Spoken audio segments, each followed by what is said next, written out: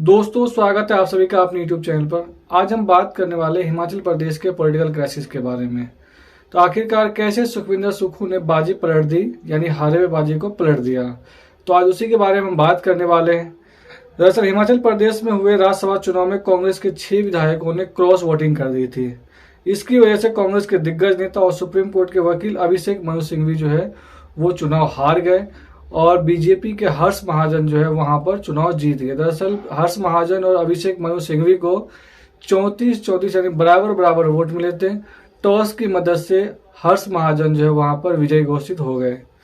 अब उसके बाद जब कांग्रेस के 6 विधायकों ने क्रॉस वोटिंग कर दी तो उसके बाद बीजेपी को सरकार बनाने की उम्मीद दिखने लग गई थी। रही सही कसर सुखविंदर सुक्खू के मंत्री रहे विक्रमादित्य सिंह, जिन्होंने कैबिनेट मंत्री पद से इस्तीफा दे दिया था।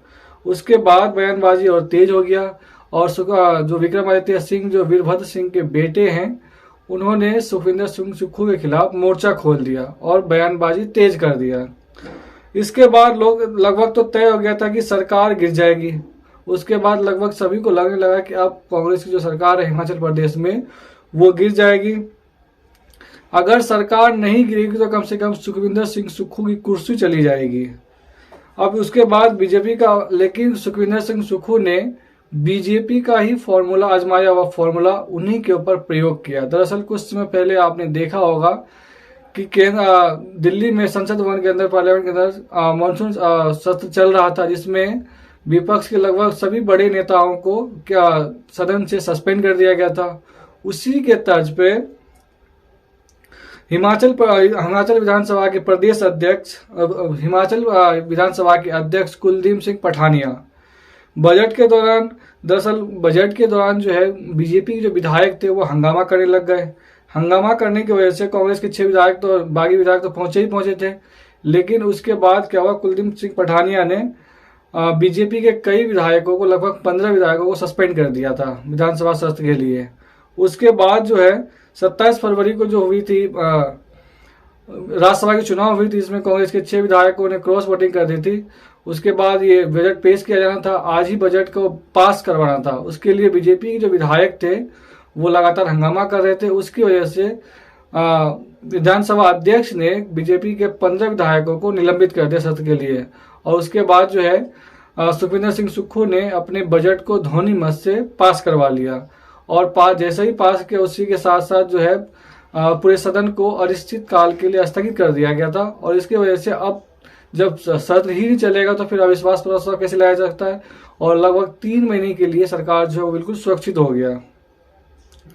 उसके बाद 15 विधायकों को सस्पेंड भी कर दिया गया, जिसमें नेता प्रतिपक्ष जयराम ठाकुर को भी, यानी पूर्व मंत्री भी रह चुके हैं मुख्यमंत्री और अभी फिलहाल के नेता प्रतिपक्ष है, उनके साथ साथ बीजेपी के 6 विधायकों को सस्पेंड कर दिया गया। उसके बाद जो है बजट पेश किया गया और उसे ध्वनि मत के द्वारा पास करवा लिया गया। अब उसके बाद सरकार पूरी तरह सुरक्षित हो गए। लेकिन ये बात खत्म नहीं हुई। बजट पास होने के साथ ही सदन को अनिश्चित काल की हड़ताल कर दिया गया, यानी स्थगित कर दिया गया था। उसके बाद अब विधानसभा का अगला सत्र तो कुछ महीने बाद ही होगा। जब तक सत्र नहीं होता कम से कम सरकार के पास कोई खतरा नहीं है। लगभग अब ये ध्वनि मत से जैसे ही बजट पास हुआ तो सुखविंदर सिंह सुक्खू की सरकार जो है वो 3 महीने के लिए लगभग सुरक्षित हो गया। बजट पास होते ही सदन को अनिश्चित काल के लिए स्थगित कर दिया गया था। अब सुखविंदर सिंह सुक्खू अब जो विधायक, जो कांग्रेस का विधायक, जो 6 विधायक है जिन्होंने क्रॉस वोटिंग की थी, अब उसको लेकर के संसदीय कार्य मंत्री ने विधानसभा अध्यक्ष को अर्जी दे दिया है कि उनके खिलाफ अयोग्यता का मामला चलाया जाए। अब जो 6 विधायक जिन्होंने क्रॉस वोटिंग की थी, अब उसकी सदस्यता पर खतरा मंडराने लगा। और आज जो है कुलदीप सिंह पठानिया जो विधानसभा अध्यक्ष है उनकी सुनवाई की और उन्हें 24 घंटे के अंदर जवाब देने को कहा। लेकिन जो 6 बागी विधायक है कांग्रेस के, उन्होंने कहा कि हमें कम से कम 7 दिनों का वक्त चाहिए इसका जवाब देने के लिए। लेकिन कुलदीप सिंह पठानिया जो विधानसभा अध्यक्ष है उन्होंने कहा कि हम 7 दिन का वक्त नहीं दे सकते, आपको 24 घंटे में जवाब देना होगा। अगर आपने सम्मानजनक जवाब नहीं दिया तो उस पर जो स्पीकर है उन्हें फैसला लेने पर मजबूर होना पड़ेगा। और मजबूर होने का मतलब ये हुआ कि उनकी विधानसभा की सदस्यता खत्म की जा सकती है और वहां से सीट वैकेंट हो सकता है। तो हिमाचल प्रदेश के संसदीय कार्य मंत्री हर्षवर्धन चौहान ने इन 6 के 6 विधायक को अयोग्य करार देने के लिए विधानसभा को पत्र लिख दिया और उसके खिलाफ कार्रवाई शुरू की गई। अगर कांग्रेस नहीं टूटी तो क्या होता? जब इस तरह की चर्चाएं थी कि अगर ये नहीं करे विक्रमादित्य सिंह बीजेपी में जा रहे और ऐसे कयास लगाए जाने लग गए थे कि प्रतिभा सिंह, जो प्रतिभा विधवर सिंह है, जो उसकी मां है, अभी कांग्रेस के प्रदेश अध्यक्ष है हिमाचल प्रदेश के अंदर, उनके पुत्र विक्रमादित्य सिंह, ऐसा कयास लगाया जाने लगा कि वो बीजेपी ज्वाइन करने वाले हैं। लेकिन शाम होते होते उन्होंने अपना इस्तीफा भी वापस ले लिया और उसके बाद ऐसा कयास लगाया जाने लगा था कि अगर विक्रमादित्य सिंह कांग्रेस छोड़ करके बीजेपी में शामिल होते हैं तो सरकार का लगभग गिरना तय हो सकता है, यानी जो सुखविंदर सिंह सुक्खू की सरकार है उसे आसानी से गिराया जा सकता है। दरअसल विक्रमादित्य सिंह अकेला बीजेपी में नहीं जाने वाले थे, उनके साथ कई विधायक भी चले जाते और संसद जो था, यानी उसकी मदर जो अभी प्रदेश अध्यक्ष है कांग्रेस का हिमाचल प्रदेश के अंदर, शायद वो भी चली जाती।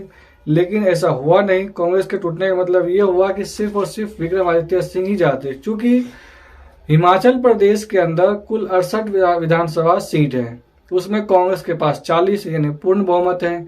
अगर इस 6 विधायक को कांग्रेस अयोग्य करार दे भी देती है तो मामला 62 का आ जाएगा और 62 अगर सीट है और रहेगा वैकेंट, 6 खाली हो जाने के बाद 62 हो जाएगा और उसके लिए विधानसभा जो बहुमत होना चाहिए था वो होना है 32 का, 32 का होना चाहिए, लेकिन कांग्रेस के पास 34 है, तो सरकार वैसे भी बच जाती और इन्हें अयोग्य करार देने के बाद भी। तो इसीलिए अब ऐसा माना यह जा रहा है कि इन 6 विधायकों को जिन्होंने क्रॉस वोटिंग की है उनके खिलाफ कार्रवाई की जाएगी, उन्हें अयोग्य करार दिया जा सकता है। उसके बाद अब आगे फिलहाल तो अभी ऐसा माना यह जा रहा है कि अभी सुखविंदर सिंह सुक्खू की सरकार लगभग 3 महीने के लिए तो सुरक्षित हो गया है, तो क्या ऐसा फिर आगे 3 महीने के बाद नहीं होगा? ऐसा ये माना जा रहा है, या सूत्रों के हवाले से खबर आ रहा है कि बीजेपी देर सवेर जो है वो सुखविंदर सिंह सुक्खू के खिलाफ अविश्वास प्रस्ताव सदन के अंदर लाएगी और अविश्वास प्रस्ताव पर चर्चा होने के बाद शायद सरकार रहे या गिर जाए। लेकिन मुझे लग रहा है कि 3 महीने का वक्त जो है वो किसी भी सरकार को बचाने के लिए, संगठन को मजबूत करने के लिए और उस विधा को साधने के लिए काफ़ी होता है।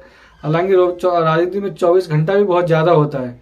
तो अब 3 महीने के बाद देखते हैं बीजेपी के पास क्या फॉर्मूला। ऐसा ये भी माना जा रहा है कि बीजेपी जो है महाराष्ट्र वाला फॉर्मूला अपनाएगी, यानी कांग्रेस के 1/3 बहुमत को तोड़ के, क्योंकि 1/3 विधायकों को तोड़ने के बाद जो है एंटी डिफेक्शन लॉ काम नहीं करता है, तो यानी 1/3 विधायक अगर टूट करके बीजेपी में शामिल हो जाते हैं, जो विधायक लेकर के जाएंगे उन्हें मुख्यमंत्री बनाया जाएगा। दरअसल महाराष्ट्र में भी ऐसा ही हुआ था। शिवसेना से जो है एकनाथ शिंदे ने लगभग 1/3 विधायकों को तोड़ लिया, जिसके बाद जो है वहां पर सरकार गिर गई थी महाविकास आघाड़ी की और बीजेपी ने एकनाथ शिंदे को ही मुख्यमंत्री बना दिया था। तो ऐसा ये माना जा रहा है कि इस बार जो है हिमाचल प्रदेश में 3 महीने के बाद ही सही, लेकिन महाराष्ट्र वाला फॉर्मूला बीजेपी अपनाएगी, ऐसा सूत्रों के हवाले से खबर आ रही है। लेकिन इस बार कांग्रेस पार्टी जो है वो पूरी तरह से सचेत हो गया है और ऐसा ये भी माना जा रहा है कि इस बार सुखविंदर सिंह सुक्खू या फिर वहाँ के जो महासचिव है राजीव शुक्ला, उनके ऊपर गाज गिर सकती है, या ऐसा भी कयास लगाया जा रहा है कि सुखविंदर सिंह सुक्खू को इस्तीफा देने के लिए कहा जा सकता है, क्योंकि senior observer D K Shivakumar और भूपेंद्र सिंह हुड्डा शिमला पहुंच चुके हैं। पहले उन्होंने मुख्यमंत्री के साथ बैठक किया, बातचीत किया, उसके बाद वो शाम 6 बजे को उन्होंने विधायक दल का बैठक बुलाया है, जिसमें सभी विधायकों का राय जानेंगे आखिर क्या परेशानी है, क्यों नाराजगी है। अगर उन्हें ऐसा लगेगा कि मुख्यमंत्री को बदलना चाहिए तो वो जरूर मुख्यमंत्री को बदलने की सिफारिश जो है वो राष्ट्रीय अध्यक्ष मल्लिकार्जुन खड़गे से रिपोर्ट में पेश करेंगे।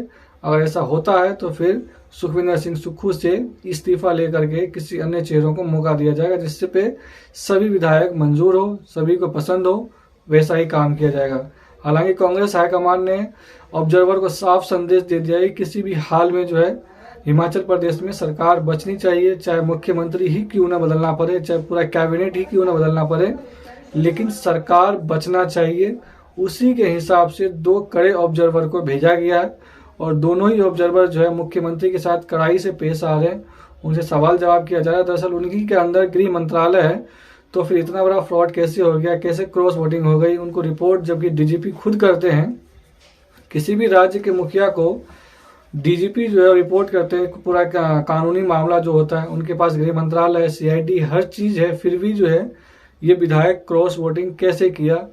तो शायद इस मामले को लेकर के और साथ ही साथ 40 विधायक होने के बावजूद अपने राज्यसभा उम्मीदवार को हार जाना और खुद सत्ता में होना, ये काफी ज्यादा मुख्यमंत्री के कार्यशैली पे सवालिया निशान लगाता है। इस वजह से ऐसा माना ये जा रहा है कि शायद सुखविंदर सिंह सुक्खू का भी इस्तीफा हो सकता है, क्योंकि उन्होंने अच्छी तरीके से प्रशासनिक सेवा को नहीं चला पाए और किसी अन्य चेहरा को मौका दिया जा सकता है। या फिर ऐसा हो सकता है कि उन 6 विधायकों के खिलाफ अयोग्यता का नोटिस देकर के उन्हें अयोग्य करार देकर के फिर से उपचुनाव में जाया जाए। लेकिन ऐसा कम लग रहा है कि उपचुनाव में जाएं, क्योंकि अगर विधायक कांग्रेस के पास सिर्फ 40 है, अगर उसमें से 1-2 भी हार जाएंगे, 3 भी हार जाएंगे, तो फिर मामला बहुत टक्कर का हो जाएगा। तो ऐसे में सरकार गिरने के खतरे ज़्यादा हो सकते हैं। तो मुझे लग रहा है कांग्रेस इस तरह के फैसले लेने से बचेंगे और उन्हें हिदायत देकर के छोड़ दिया जाएगा जो 6 विधायकों ने क्रॉस वोटिंग की थी। आप इसके बारे में क्या सोचते हैं? क्या 3 महीने के बाद मुख्यमंत्री सुखविंदर सुक्खू की सरकार 3 महीने बाद रहेगी हिमाचल प्रदेश में, या फिर बीजेपी उसे गिरा देगी? आप हमें कमेंट कर बता सकते हैं। चैनल पे नए हैं तो प्लीज़ चैनल को लाइक, शेयर और सब्सक्राइब कर दें। धन्यवाद।